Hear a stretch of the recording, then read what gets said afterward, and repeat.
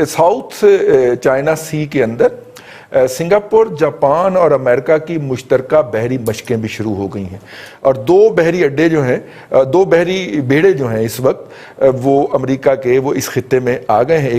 अब तक की इस खित्ते की सबसे अहम खबर यह है कि चाइना और इंडिया जिनके दरमियान गुज़िश्ता कई हफ्तों से एक टेंशन की कैफियत तारी थी, अब वहाँ पे डिसंगेजमेंट शुरू हो गई है। आई बाल टू आई बाल जो उनके आर्म पर्सनल बैठे हुए थे वो पीछे हटेंगे। अब सिलसिला ये है कि ये चाइना की पोजीशन थी, ये इंडिया की पोजीशन थी। चाइना अपनी पोजीशन से अंदर आया है और इंडिया उसे रोकने के लिए आगे गया है। और क्या इंडिया यहाँ से वापस अपने उस पॉइंट पे चले जाएगा? नो। और ये कॉमन एरिया जिसमें दोनों फोर्सेस जो हैं वो पेट्रोल किया करती थी वो छोड़ दिया जाएगा।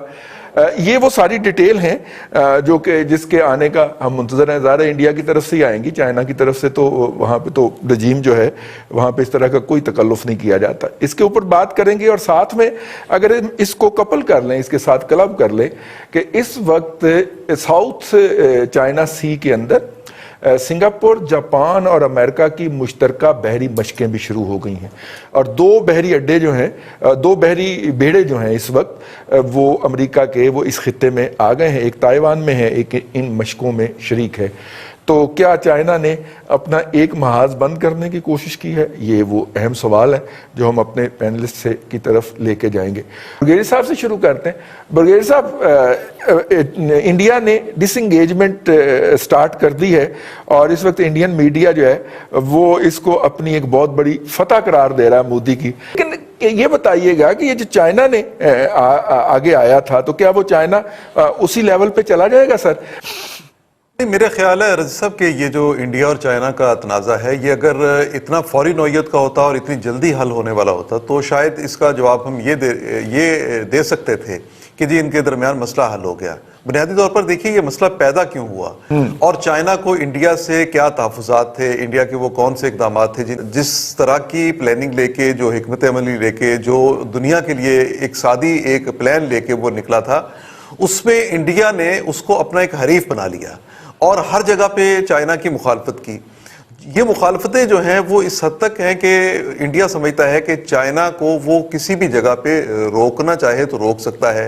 उसने उन मुतनाज़े इलाकों में वो कुछ कंस्ट्रक्शंस जो हैं वो ऐसी की जिसको चाइना अपने लिए एक ख़तरा समझ रहा था और वो जाहिर है कि उसके लिए तिब्बत और पाकिस्तान के लिए आने वाले रास्ते जो हैं उनका दिफा करना भी उसका मकसद था। 1.5 किलोमीटर चाइना की फौजें जो हैं ये वापस गई हैं कुछ एरियाज से।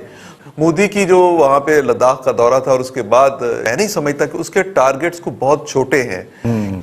दूसरी बात यह है कि ये जो अमेरिका का और जापान का और सिंगापुर का और ये जो कंट्रीज साउथ चाइना सी में हैं, ये अमेरिका ने बेसिकली, देखिए ट्रंप ने ये शुरू कहाँ से किया, उन्होंने ये जो अपना कोरोना वायरस वाला इशू था इस पे आके तो चाइना के खिलाफ एक्शन लेने की उन्होंने ऐलान कर दिया। ये इंडिया को एक ऐसी सपोर्ट थी जो इंडिया अपने लिए ख्वाब की तरह देख रहा था। अब इंडिया को अगर वो सपोर्ट मिली है तो चाइना मेरे ख्याल के मुताबिक एक बेहतर हिकमत अमली के तहत इंडिया को ये मौका फराहम नहीं करेगा। और दूसरी बात यह है कि चाइना के अपने जो मुफादात हैं उसमें चाइना के साथ, इंडिया के साथ जो उनकी ट्रेड है ये उन्होंने ज़ाय नहीं होने देनी। जो उन्होंने सरमायाकारी की है उसको ज़ाय नहीं होने देना। चाइना ने देखिए इंडिया के साथ अपनी ट्रेड को, जो उनका टारगेट था 200 अरब डॉलर तक था, 200 बिलियन डॉलर, वो वहां तक उन्होंने उसको लेके जाना था। दो तरफा इंडिया में उस पे चाइना का बाइकाट करने की बातें हो रही थी। मुमताज भट्टी साहब, आपने भी पानी शानी पी लिया, ताज़ा दम हो गए। ये जो इस वक्त डिसंगेजमेंट है हुई है और या होना शुरू हुई है, वो पंजाबी का एक मुहावरा है ना, डिगा खोती तो गुस्सा कमियार थे। ये कहीं एलओसी वगैरह गर्म तो नहीं होने जा रही? भट्टी साहब, मेरा मतलब है आप उधर से डिसंगेजमेंट करके अपना गुस्सा जो है वो इंडियन हम पे उतारने आ जाए। रिजवान साहब, आप अपने प्रोग्रामों के निकालें क्लिप, जब इनकी ये कैजुअलिटीज हुई हैं, तसादम हुआ है चाइना और इंडिया का। उससे पहले मैं तवत्तुर के साथ एक बात कह रहा था जी, बिल्कुल, अगर आपको याद हो कि ये मामला बहुत आगे तक नहीं जाएगा। इसमें चाइना जो है वो गलती पे नहीं था, इनके लोग उनके कैंप के अंदर गए। एनीओ अमेरिका या बाकी कुव्वतें उसको ले जाना चाहती थी चाइना के खिलाफ। डिसंगेजमेंट हुई है, कुछ चीन जो है फिंगर 5 से 4 तक आया है और क्लेम अगरचे इंडिया का इससे आगे है, देखें जी वो देखा पीछे हट गए, तो बस इंटरनल कंजम्पशन के लिए ये मोदी का मसला तो हल हो गया।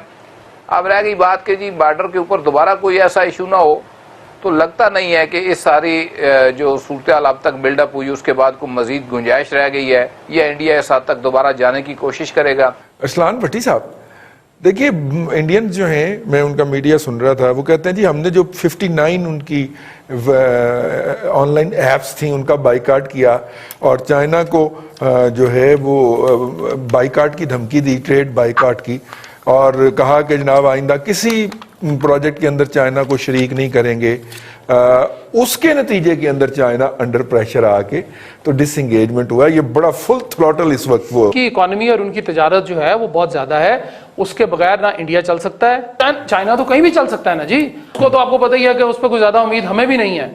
और हमने जिस तरह कश्मीर की बात जो भट्टी साहब कर रहे थे, मैं भी उसी पे आ रहा हूँ कि कश्मीर के ऊपर जिस तरह हमने बैकफुट पे खेलते हुए अपने आप को बोल्ड करवाया है विकेटों पे, बिल्कुल दरमियान वाली विकेट हमने अपनी उड़वा ली है।